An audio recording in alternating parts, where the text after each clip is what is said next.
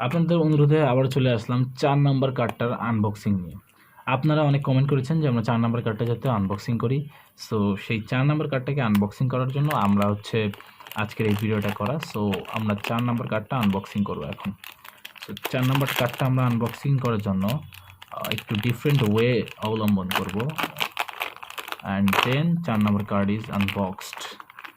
So আমরা এই ভ্যারিয়েশনের কার্ডটা আমরা আনবক্স করতেছি। সো এই কার্ডটা আনবক্স করার জন্য আমাদেরকে প্রথমে 1টা 2টা 3টা 4টাকে পিছিয়ে দিব। তারপর আমরা দেখব কয়টা কার্ড পেয়েছি আমরা। 170 এর একটা পেয়েছি, 180 এর একটা পেয়েছি, 170 আরেকটি, 170 আবারও একটা, 170 আরও একটা, 180, 180, 170, 180।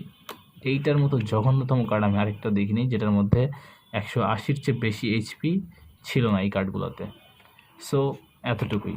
5 নাম্বার ভিডিওটি দেখার জন্য, মানে 5 নাম্বার বক্সটি আনবক্স করার জন্য এখনই কমেন্ট করে ফেলুন। তাহলে আমরা আপনাদের এই কাঙ্ক্ষিত শেষ 5 নাম্বার কার্ডটি আনবক্স করব, যেটা কিনা সিক্রেট ভলিয়েন্টের ট্রেনিং গেম কার্ড, যেখানে 6+ কার্ড থাকবে এবং কার্ডটা মোটা মনে হচ্ছে। সো এটাতে কার্ডও বেশি থাকবে।